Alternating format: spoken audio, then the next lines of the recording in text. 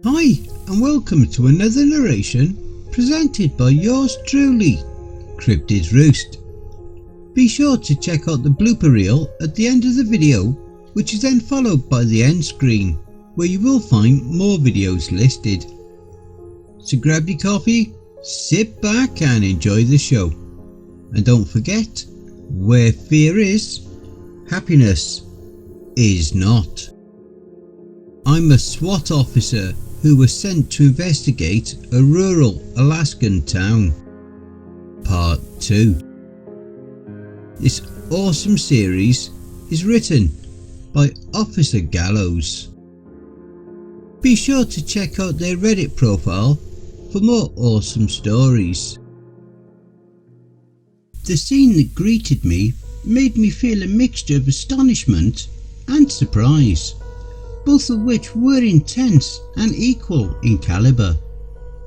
The road was full of people walking along sidewalks adorned with vendors who were hollering for people to check their wares and insisting on the prestige of their items in equal measures. I also noticed the heat and cool breeze that accompanied the scene. It felt as if it was a midsummer afternoon. It caused my skin to tingle from the humidity that was mixed in. The buildings were also in an almost pristine state, as if the city was just built a year ago. The sidewalk had an unearthly white hue that indicated it being just paved, as did the roads that had been freshly paved, along with a straight double yellow line in the middle. The buildings were densely packed together, similar to a city. The city was a majestic sight to behold. However, I quickly realised that this wasn't the rural Alaskan town I had initially arrived in, which brought the question of how did I get there to here. I have no recollection of ever getting in a car or on a plane after I got attacked. That thought caused me to yank my phone out and go to the camera. I flipped the camera and confirmed my thought. I had a long and jagged scar along my right eye where the creature slashed. I opened and closed my eye several times. I even rubbed my eye with my finger, but everything was fine with it. I could see perfectly through it and it didn't hurt in the least. It was as if the scar had just been painted onto my face, instead of my face being ripped by a giant claw. I moved the camera to my neck, but there was no trace of a scar there. I retraced my steps to get back to my room on the 7th floor. When I reached the door, I cursed myself as it required a keycard to get in. I rummaged through my pockets in some vain hope that it would be there, but to my surprise in my right pocket was a rectangular keycard. I swiped the card into the slot and I could hear the click of the lock retracting into the door. I pushed the door open and entered. I then closed the door and headed towards the bathroom. As expected, it was huge compared to your typical bathroom and had a sharp modern look, with its gold and black accented open shower that matched the sink and toilet. As I walked across the tiles towards the sink mirror, I had a sense of wonder to see if my assumption was correct. Sure enough, the mirror showed a man in his mid-20s with semi-wavy auburn hair with light blue eyes that took an almost grey hue. A jagged scar that started just above my eyebrow went down across my eyebrow and continued down my cheek and ended just under my lip. My pupil also had a somewhat jagged line through it, as if it had been split in two. There was no pain and my eye was completely fine. The scars seemed to be purely cosmetic. I then looked at my neck and saw no scars. I then took off my white t-shirt and looked at my torso. Again, there hadn't been a single blemish from the fight. I let out a sigh of confusion and put my shirt back on. and headed towards my room door. Once I reached the door, I turned towards the crate that had the boots and put the black combat boots on. The pair fit perfectly.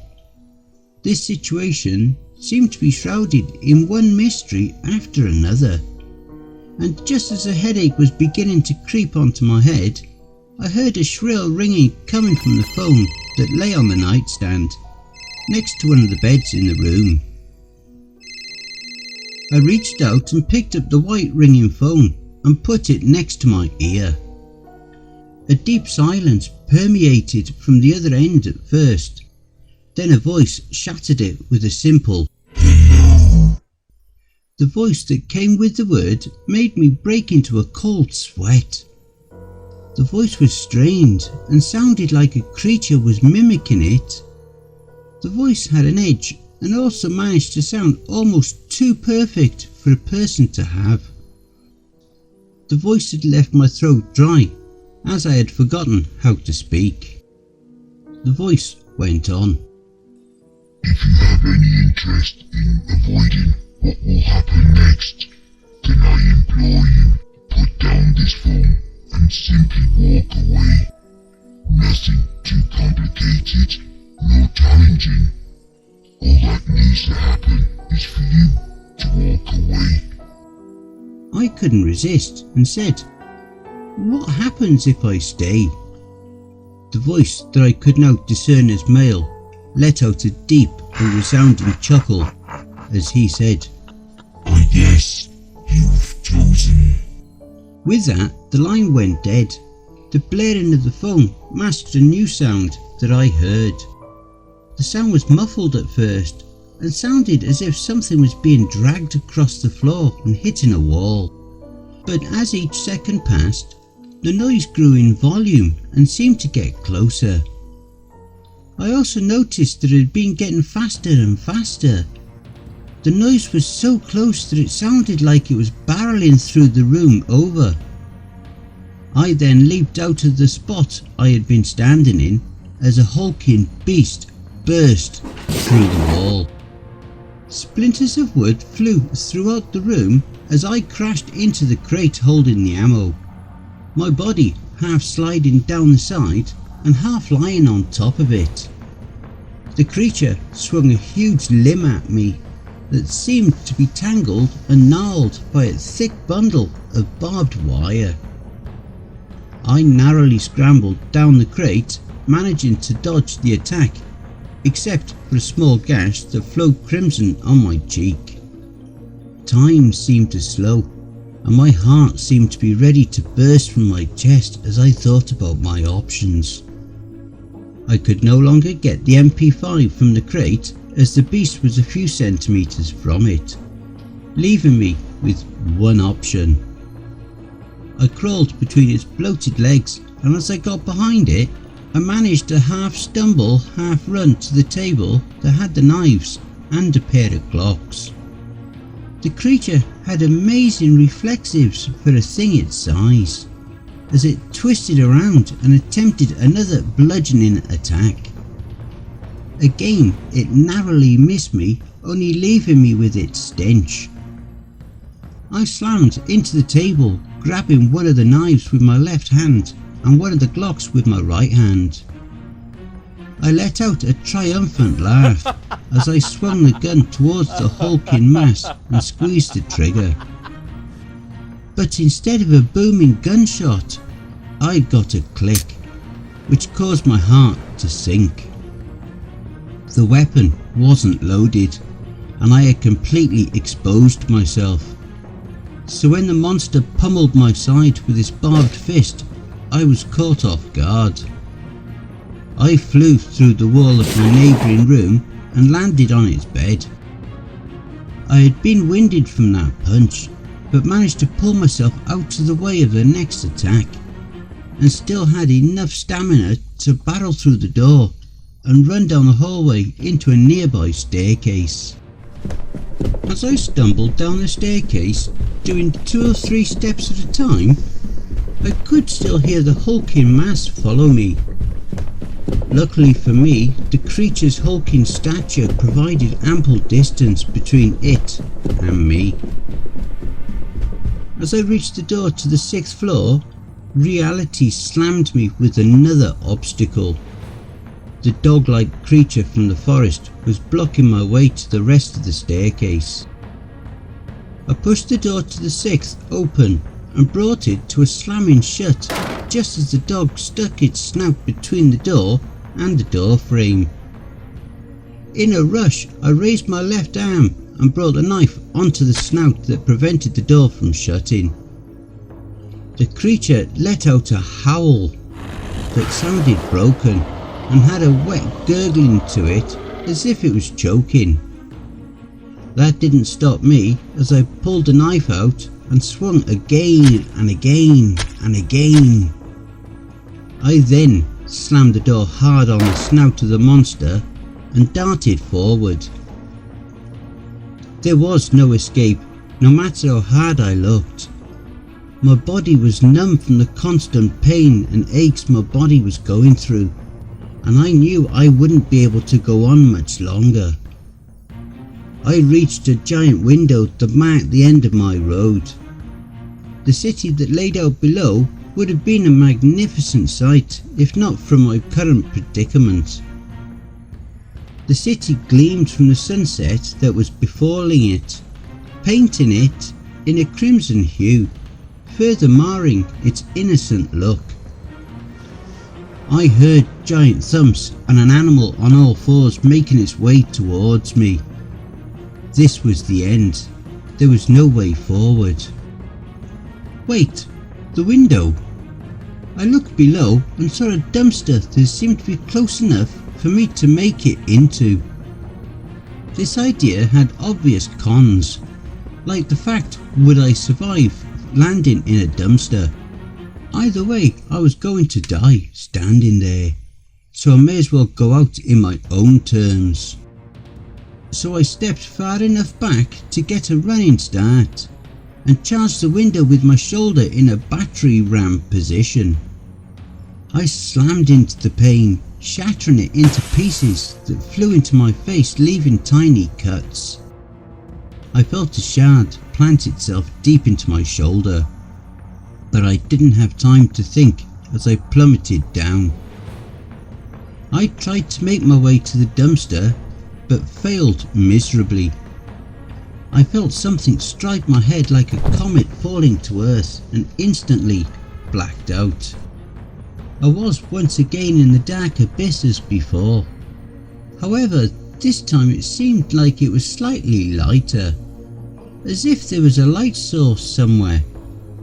I took a brief look around to see what I saw and found a faint glimmer in the distance.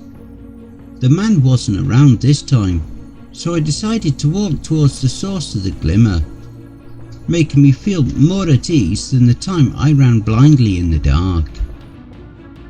Walking was going to take too long, so I broke out into a sprint once again. My lungs somehow no longer ached from the previous mad dash. After a while I started to grow tired again, and just as I was about to stop for a break, I fell once again through the dark. This time I awoke in the dumpster, on a nice pile of trash that smelled like rancid meat. I groaned at the thought of the stench being on me, then saw a little lizard run on my thigh down to my foot and jumped off. Gripping the edge of the dumpster, I pulled myself up. As I took my hand away, I felt slick wetness on my left hand. Lifting my hand to examine it, I saw dark red blood. I turned to look at the spot and sure enough found a sizable stain of blood on the edge of the dumpster. My heart started to race as my right hand flew to the back of my head. I didn't feel anything, but I knew that I hit the edge as I still felt the moment my head collided with the object. I fell from the 6th floor at a fast speed. I should be dead right now. So how am I alive after that fall? I looked up to the sky to get a bearing as to the time. It seemed I had been out all night, as the sun was starting to rise over the horizon. I hop out the trash heap and wearily stand, as my legs are cramped from the sudden movement. I did some movement to stretch my back and arms and set off to the front of the hotel. However, before I could reach the end of the side alley that lay just beside the hotel, a paper of some sort crashed into my face. I snatched it away and looked down at it. The paper was some sort of advertisement for a warehouse that sold mannequins. I crushed it into a ball and threw it towards the dumpster. As it flew towards the goal, I saw something out of the corner of my eye. A pool of dark liquid lay in front of a pile of trash bags. The origin of the pool was out of sight, and so curiosity compelled me forward in some kind of self-fulfilling investigation. As I rounded the mound of black bags, I saw a sight that was blood-stopping. There laid a young woman that appeared to have been in her early 20s. The woman's right leg was twisted beyond recognition. What remained of her left arm was a ragged stump that was ripped off savagely. The right arm was hanging from a thin piece of tendon. Her left foot was missing and the torso was gouged, organs laying all around her in some sort of sadistic circle. The only thing normal about the woman was that her face was serene, with no marks or blood shown on her soft features. Even her brunette hair was immaculate, that went smoothly with her makeup. Her sharp green eyes seemed to look through the world. No, it seemed to look through the thing that attacked her as some kind of understanding formed in her final moments. The tears went unnoticed. Realization that there was no reason for her to die set in before the rage. The rage was an all-consuming fire. My teeth gritted. My hands formed a fist in such an absolute way that my fingernails drew blood. I didn't know this woman in front of me, but the fact that she died like this, in a dingy alley full of trash, alone, is what ignited the fire. No one deserved a fate or punishment like this. Well, except whatever did this. I had to find what did this, and I already had an idea on what. As I was in thought, I heard footsteps approach my right. I looked in that direction to find the jittery man from the forest from that place.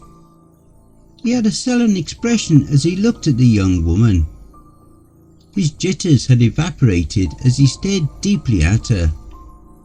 He looked up at me and said, "It's a damn shame about her. She had a promising future ahead. Sadly, fate had other plans for her."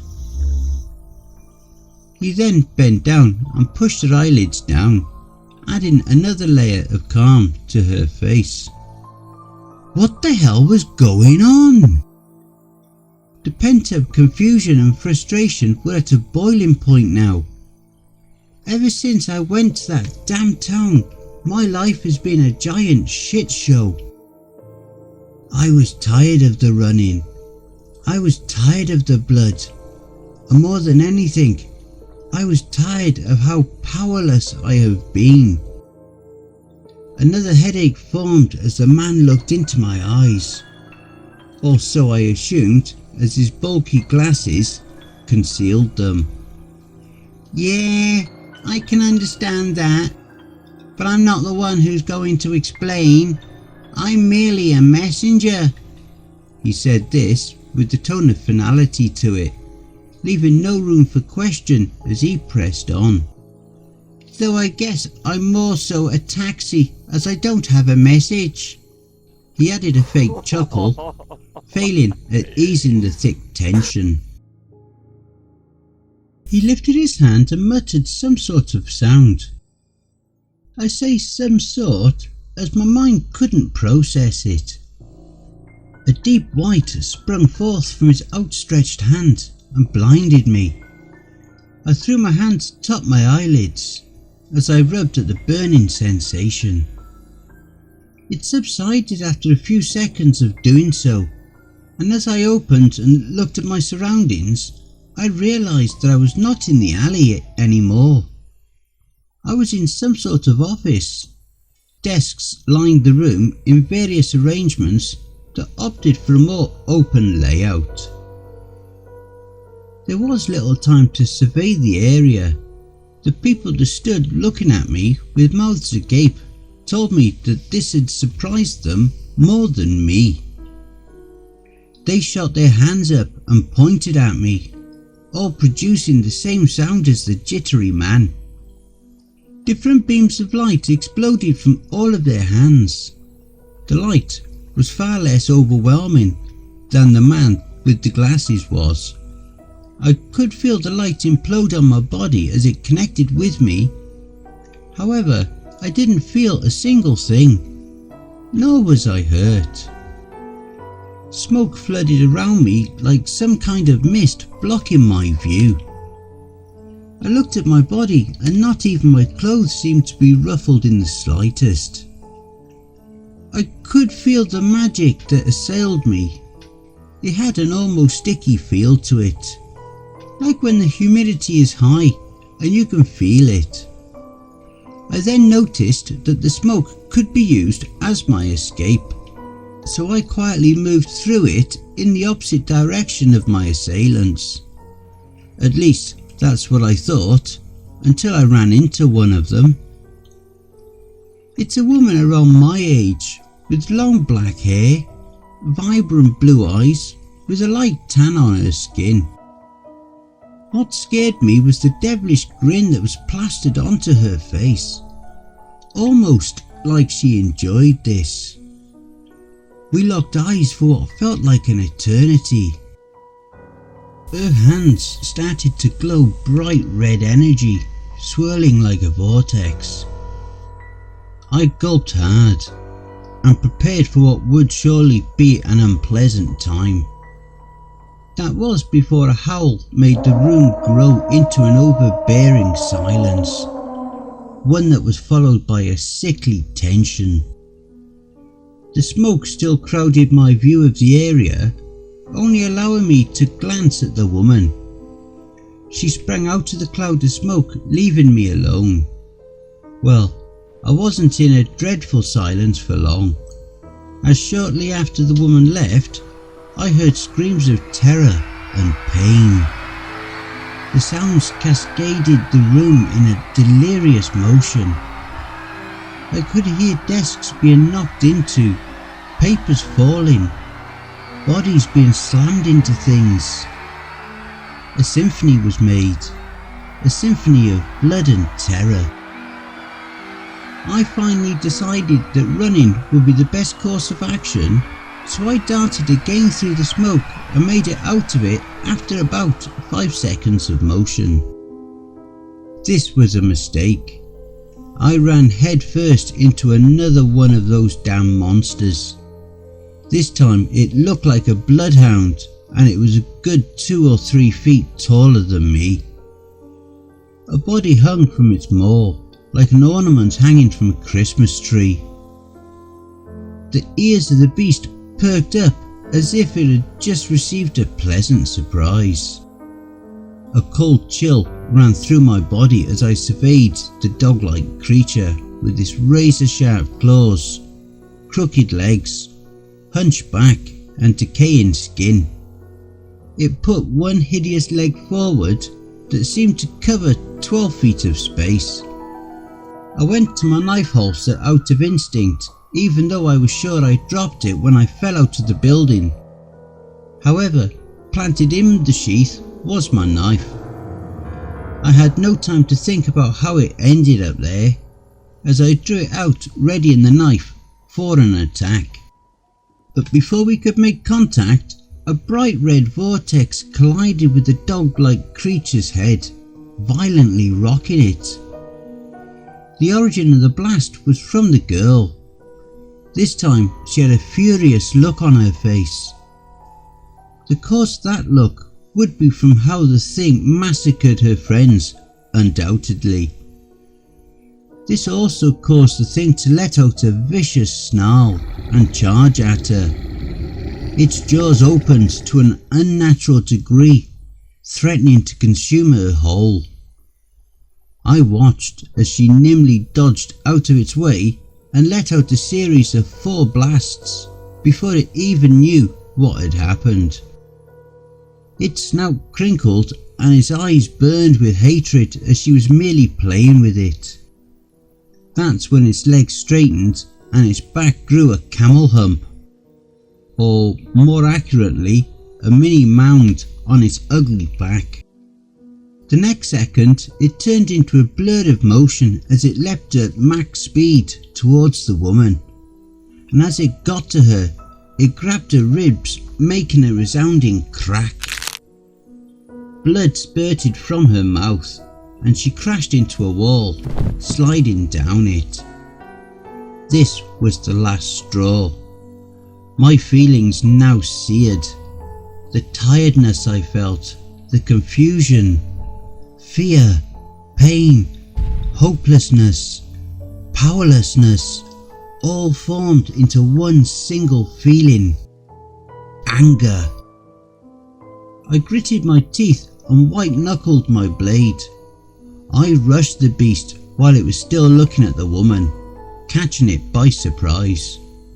I jumped onto its back and drove the knife into the mound. It roared in agony and began to try to throw me off, like a dog drying off. I plunged the knife again, but my left hand slipped and I collided with a nearby desk. As the dog lunged on top of me and opened its maw, it shot forward, but I used my arm as a shield. Its teeth tore down to the bone, making my brain go fuzzy from the pain. I pushed the edges of darkness back and started to plunge my knife into its chest. It then also bit harder, and I could feel my bone break as it went through the bone. I cried out in pain and plunged the knife into the teeth of the monster, which caused it to let go of my now mangled left arm. I arched my hand in a cleaving motion and went straight for its neck. It must have had the same idea as it went for my neck, but before it made contact, the woman from earlier shot a blast of red light. It connected into the snout of the creature, and I could see that it shattered the right side of it. I tore the blade down, causing a slight injury to it, but I was determined to lob its head off. The anger I felt made the process easier than expected. The dog creature's yelps dwindled to whines and then fell completely silent. It seemed like the ordeal was over, and a relieving feeling came over me, even if I was surrounded by a mound of bodies. I think that the only people that survived were me and the lady that was now standing and staring at me. The adrenaline slowly faded and I began to feel my eyelids grow heavy. The last thing I saw before I blacked out was the woman who started walking towards me. That's when my feet gave out and I was falling. The last sensation I felt was something grabbing me before once again I felt nothing.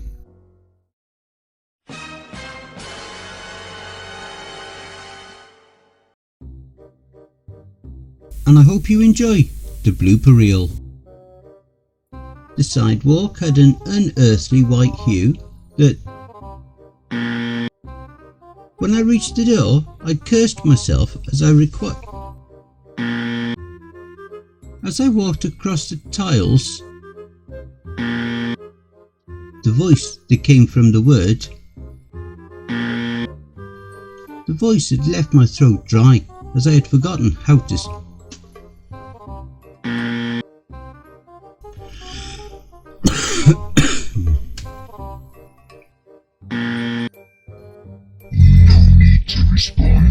as this is a simple warning. If you have any interest in Splinters of wood flew throughout the room as I... Splinters of wood...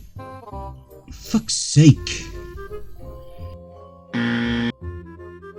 Wait, the window. I looked below it and saw a dumpster that seemed to be close enough for me to make it. It put one of his hideous leg... It put one hideous...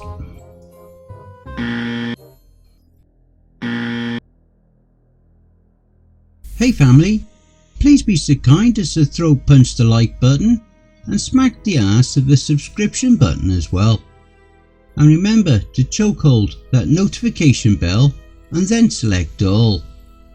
That way you'll receive all notifications each time I upload a new video. And by subscribing, you'll be the first to see all of our new spooky creepypasta stories. A very big thank you to Officer Gallows for allowing me to narrate this awesome series. And why not hashtag Cryptids Roost in your comments. A quick thank you to all my Cryptids Roost community family too. We are now well on our journey to 1000 subscribers. If you would like to support us and throw me $1 or $3, I'd be very much appreciative. I do have PayPal, paypal.me/cryptidsroost. Alternatively, I have an account at buymeacoffee.com. You don't even need to register on either site to donate.